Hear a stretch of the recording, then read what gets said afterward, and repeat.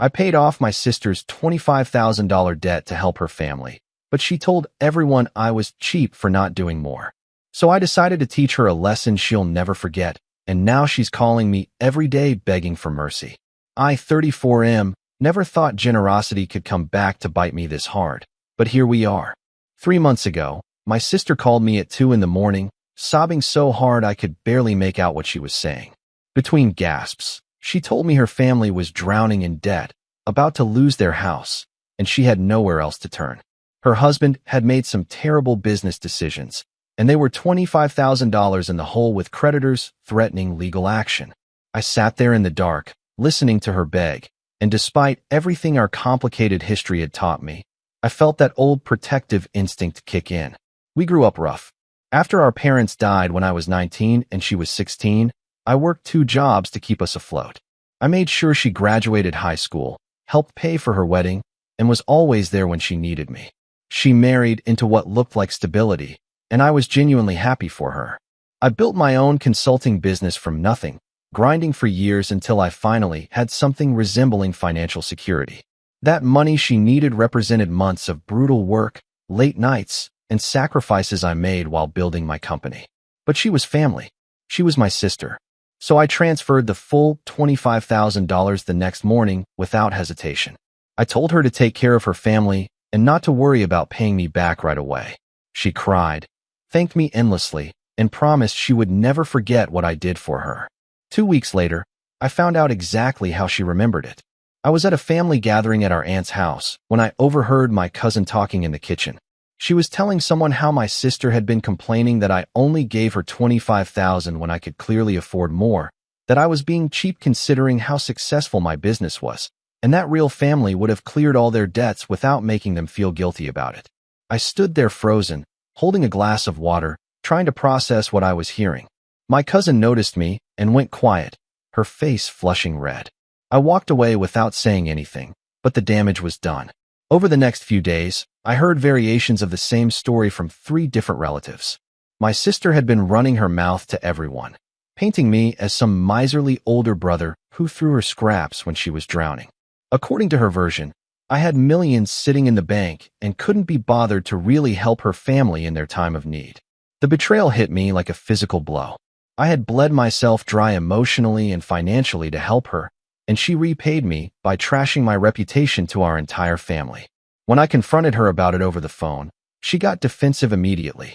She claimed I was being too sensitive, that she was just venting about her stress, and that I should understand how difficult her situation was. She never actually denied saying those things. She just minimized them, made excuses, and somehow tried to make me feel bad for being hurt. That was when something inside me shifted. I spent the next week thinking about everything, really thinking about it. I looked back at our relationship with clear eyes and saw a pattern I had been ignoring for years. Every time I helped her, there was never gratitude that lasted longer than a few days. There was always another crisis, always another need, always another reason why I should do more. And when I couldn't or wouldn't, I was the bad guy. I realized I had been enabling someone who saw me as an ATM with a familial obligation to keep dispensing. So I decided to teach her a lesson about consequences. I called her and asked her to meet me for coffee. She showed up looking nervous, probably sensing that I was not over our previous conversation. I sat across from her and explained calmly that I had been thinking about her comments regarding my supposed cheapness. I told her she was absolutely right that I could afford to help more, and that I had been unfair in my limitations. Her face lit up immediately, and I could see the relief flooding through her. She started thanking me, talking about how she knew I would come through, how family always does. Then I told her the truth. I explained that I had done some calculation and realized that I needed that $25,000 back immediately due to an unexpected business situation. I said I understood she might not have it liquid, so I was willing to set up a formal repayment plan. I handed her a contract I had drafted, completely legal and binding, requiring monthly payments of $1,500 with interest starting in 30 days. The color drained from her face. She stammered that she thought it was a gift, that I said not to worry about paying it back right away. I reminded her, very carefully, that I said not to worry about paying it back right away, not that she never had to pay it back. I explained that her public comments about my cheapness had made me realize she clearly did not value my help. So perhaps a formal business arrangement would help her appreciate the magnitude of what I had done. She tried to argue, tried to cry, tried to guilt me. I sat there unmoved and told her she had two options: sign the contract, or I would pursue legal action for the return of my loan immediately.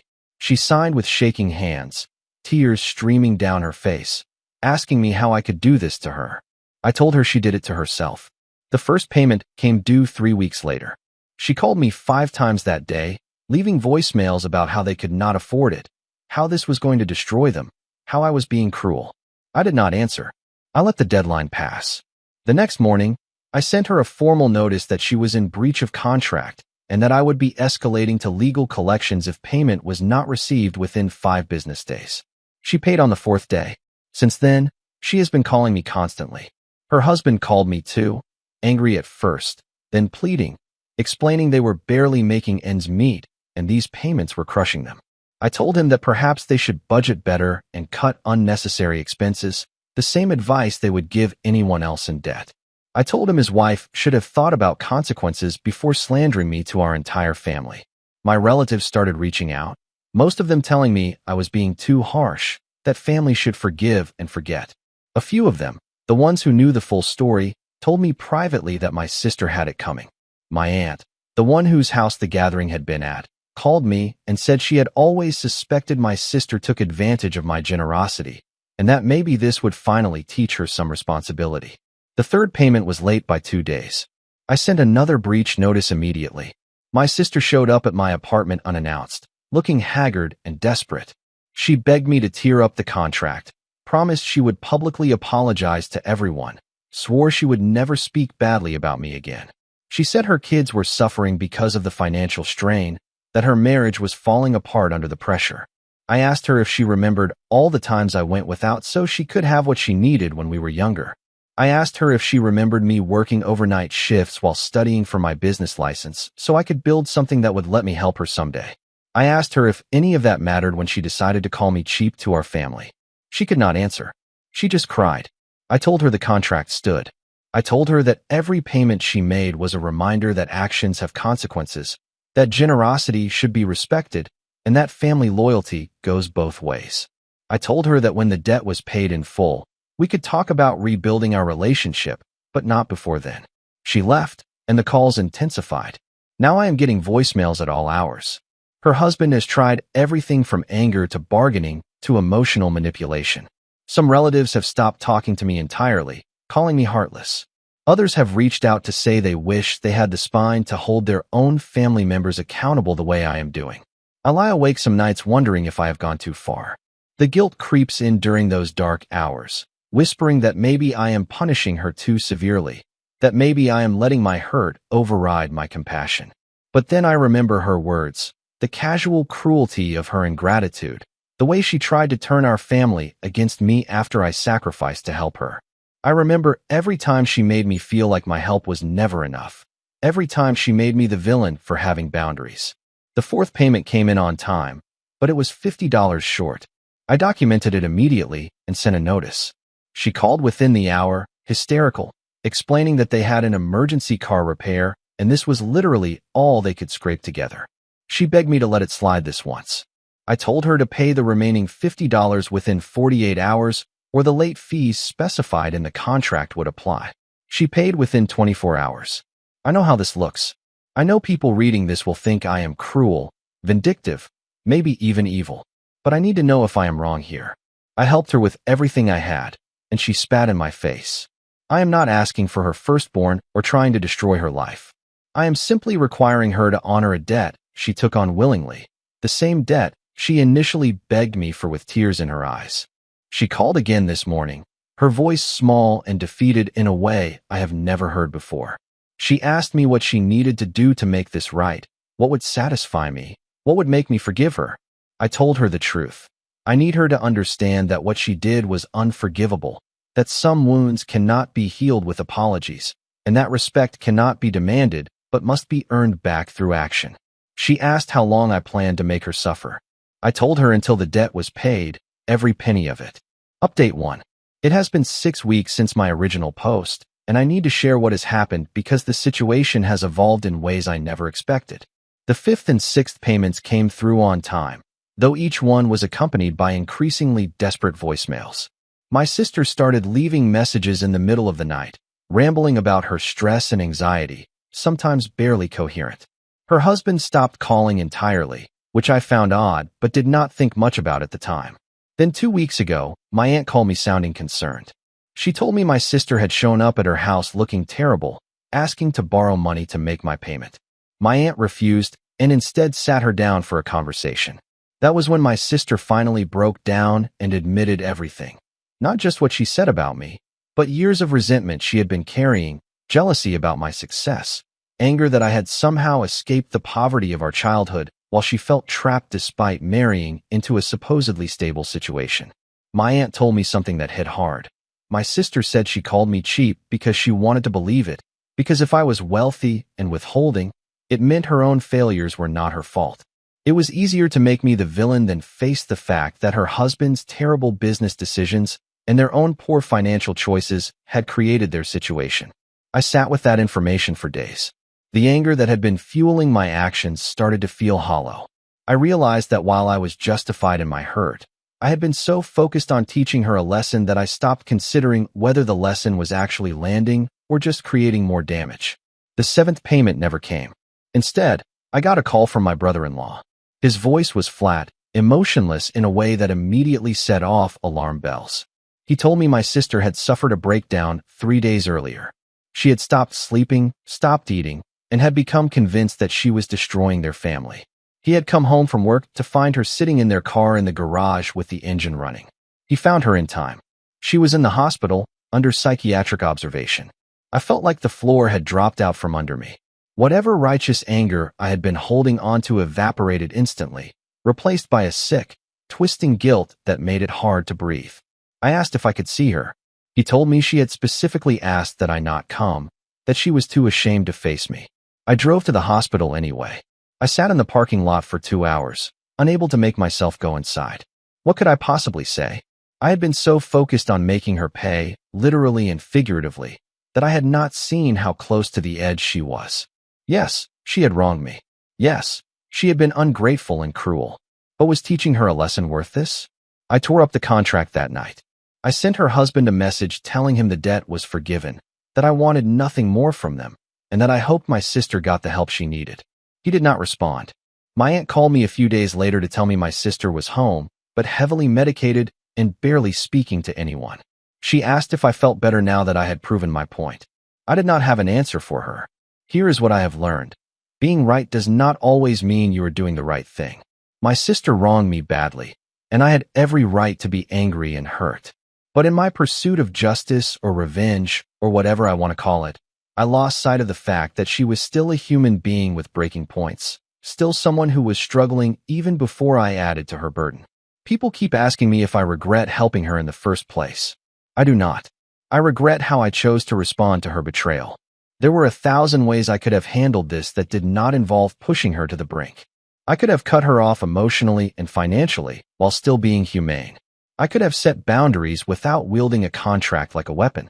I could have walked away entirely instead of making sure she felt every ounce of my pain reflected back at her. The worst part is that I do not even feel vindicated. I thought making her suffer would somehow balance the scales, would make me feel less betrayed. Instead, I just feel empty and guilty, wondering if my need for revenge has permanently destroyed what was left of our relationship and damaged her in ways that cannot be repaired. Update 2. It has been 3 months since my sister's breakdown, and I am writing this final update because I owe it to everyone who followed this situation to know how it ended. My sister and I had our first conversation 2 weeks ago. Her husband reached out and said she wanted to see me, that her therapist thought it might be part of her healing process. I was terrified, certain she would hate me or that I would walk into that room and see the damage I'd caused written all over her face. She looked tired but clearer somehow, more present than she had been in years. We sat in her living room, and for the first time since we were kids, we really talked. No accusations, no defenses, just two people trying to understand how we ended up here. She apologized for what she said about me, but more than that, she explained why she said it. She told me about years of feeling inadequate, of watching me succeed while she felt like she was drowning, of resenting me for getting out while she felt stuck. She admitted that calling me cheap was her way of diminishing my success, of making herself feel less like a failure. It was cruel and wrong, and she owned that completely. But then she said something that broke me. She told me that the contract, the pressure, the constant fear of my legal action had not taught her to respect my generosity. It had taught her that she was worthless, that even her brother saw her as nothing more than a debtor, that her value as a person was measured in monthly payments she could not afford. I tried to explain my side, the hurt and betrayal I felt, the years of feeling taken for granted. She listened and acknowledged all of it.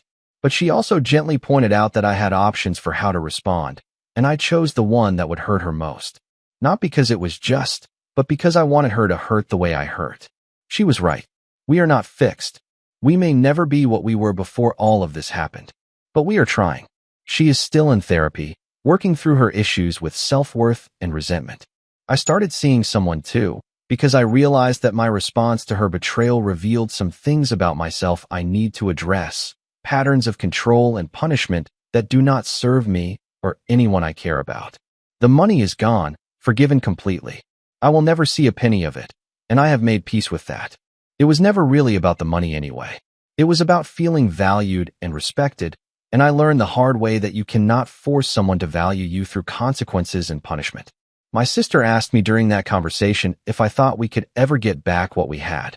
I told her honestly that I did not know, but that maybe we could build something different, something healthier than the dynamic we had before where I was the rescuer and she was the victim of her circumstances. Some of my relatives still think I was too harsh. Some think I was not harsh enough. I have stopped caring about their opinions. This was between my sister and me, and we are the only ones who have to live with what happened and find a way forward. If there is any lesson in this mess, it is this. Revenge might feel justified in the moment, but it leaves you empty in the end. My sister wronged me, absolutely and undeniably. But my response, my need to make her pay and suffer, nearly cost her life and damaged us both in ways that will take years to heal, if they heal at all. I do not regret standing up for myself or refusing to be taken advantage of. I regret the method I chose to do it. I regret letting my hurt and anger drive me to cruelty. I regret that I had to push someone to the breaking point before I understood that being right is not the same as being good. We are both trying to be better now. That is all I can say.